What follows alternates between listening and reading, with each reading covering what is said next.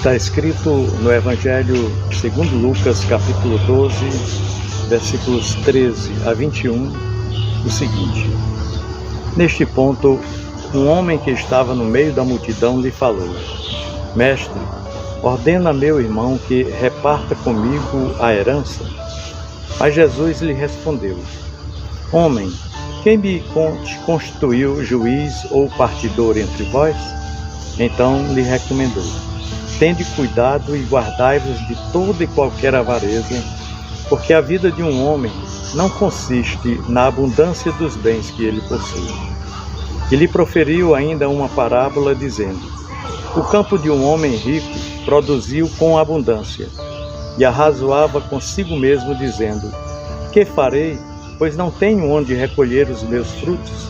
E disse: Farei isto: destruirei os meus celeiros, construí-los-ei maiores, e aí recolherei todo o meu produto e todos os meus bens. Então direi à minha alma: Tens em depósito muitos bens para muitos anos.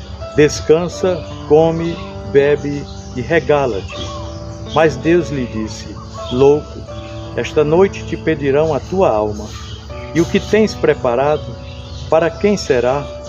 Assim é o que entesoura para si mesmo, mas não é rico para com Deus. Meu irmão, minha irmã, a resposta de Jesus para aquele homem vai além de uma simples correção. Ele utiliza a oportunidade para ensinar a todos sobre a natureza enganosa das riquezas e a insensatez de viver em busca de bens materiais, ignorando as coisas eternas. Nesse texto bíblico, Jesus recrimina a avareza e revela um princípio profundo. A vida não consiste na abundância dos bens materiais. Ao estudar essa passagem, somos confrontados com questões sérias sobre as nossas próprias prioridades e o verdadeiro significado da vida. Estamos acumulando riquezas ou estamos enriquecendo diante de Deus? A passagem começa com um pedido aparentemente simples, mas que revela um coração imerso na avareza. O versículo 13 diz que este homem disse a Jesus: Mestre, ordena a meu irmão que reparta comigo a herança. Aqui vemos um homem que diante de Jesus busca uma solução para uma disputa familiar relacionada à herança. A herança naquele contexto era uma questão importante, pois representava a segurança e o status social. Porém, ao pedir a intervenção de Jesus, aquele homem demonstra que a sua prioridade não é a reconciliação ou a paz com o irmão, mas o ganho material. Esse pedido, aparentemente legítimo, não é isolado. Muitas vezes nós também buscamos o auxílio de Deus ou de outras pessoas, mas nossos interesses estão voltados para as questões unicamente materiais e egoístas. Este homem não estava interessado em sabedoria ou em justiça divina, mas queria simplesmente garantir a sua parte na herança.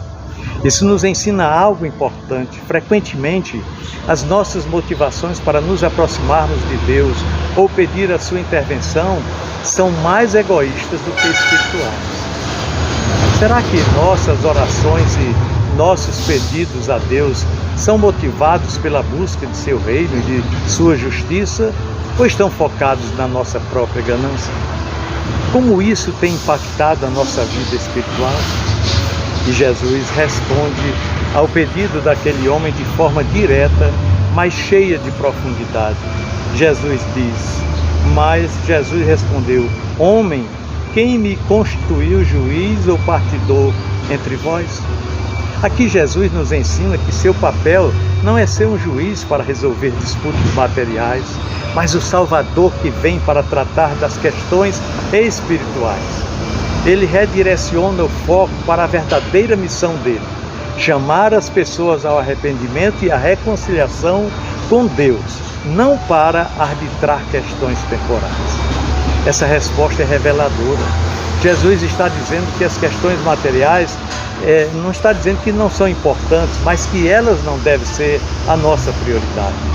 A vida não se resume a disputas por bens materiais. Ele estava convidando aquele homem e todos nós a refletirmos sobre as questões mais importantes da vida. O que realmente importa diante de Deus?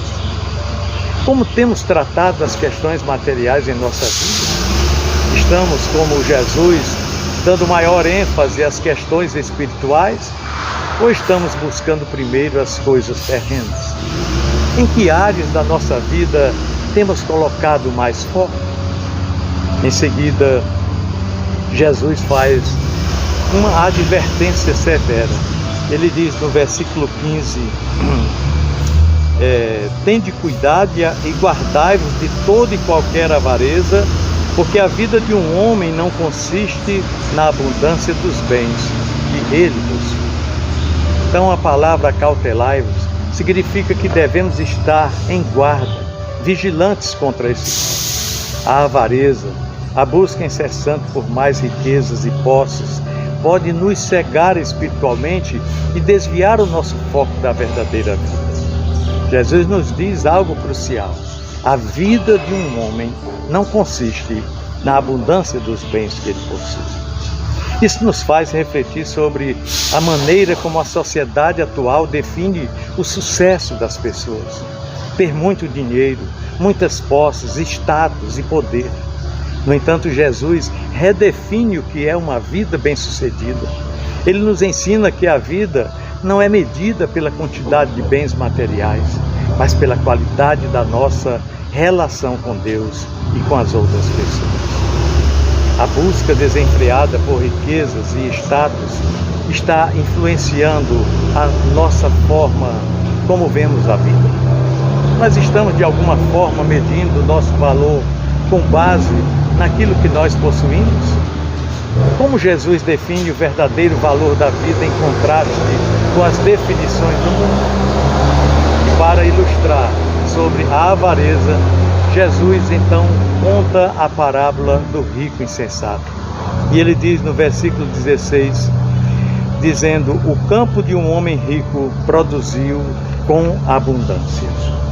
O homem, ao ver a sua grande colheita, tomou a decisão de construir celeiros maiores para armazenar toda a sua riqueza. Aquele homem pensava consigo mesmo: eu tenho muitos bens para muito tempo. E disse para a sua alma: descansa, regala-te, come, bebe e folga. No entanto, a parábola toma um rumo inesperado. Deus diz para aquele homem no versículo 20: louco, esta noite te pedirão a alma. O que tens preparado? Para quem será? O homem que passou a vida acumulando riquezas se vê confrontado pela brevidade da vida. Sua confiança estava nas suas posses, mas ele não sabia que a sua vida se acabaria naquela noite.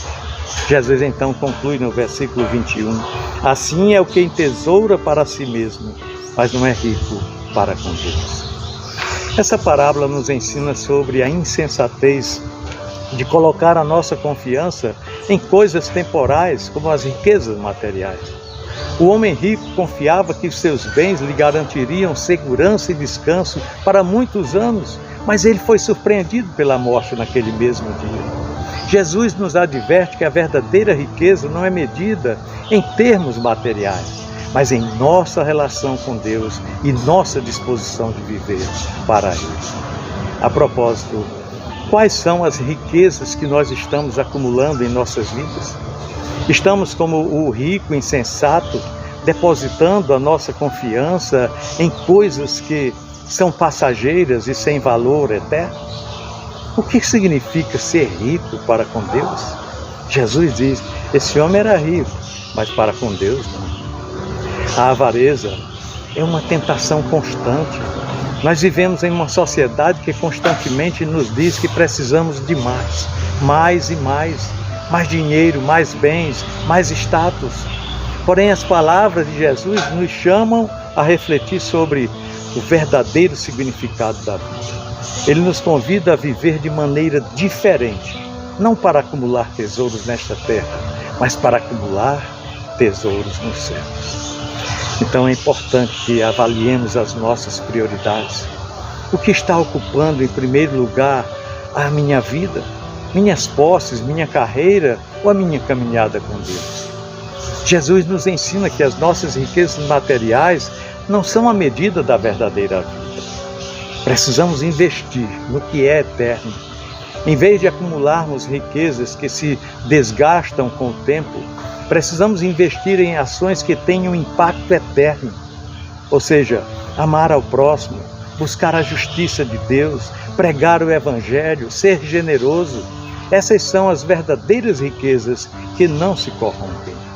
E precisamos também viver com senso de urgência. A vida é curta e incerta. Veja esse homem rico. Como rico insensato, nós podemos ser pegos de surpresa pela morte.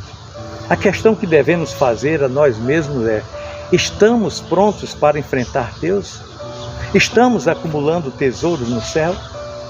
Olha, meu irmão, minha irmã, Jesus recrimina a avareza porque ela nos desvia do propósito maior da vida: viver para Deus e para o seu reino. Ele nos ensina que a verdadeira vida não está na abundância dos bens materiais, mas na nossa relação com Deus. A parábola do rico insensato é um alerta claro. A morte chega para todos nós e o que importa é o que fizemos com a vida que Deus nos deu. Que possamos, portanto, refletir sobre as nossas prioridades e viver de maneira a acumular tesouros que têm valor eterno, investindo na nossa relação com Deus e buscando fazer a sua vontade em todas as áreas da nossa vida. Eu desejo a você e a sua família um maravilhoso domingo na presença do Senhor. Grande abraço.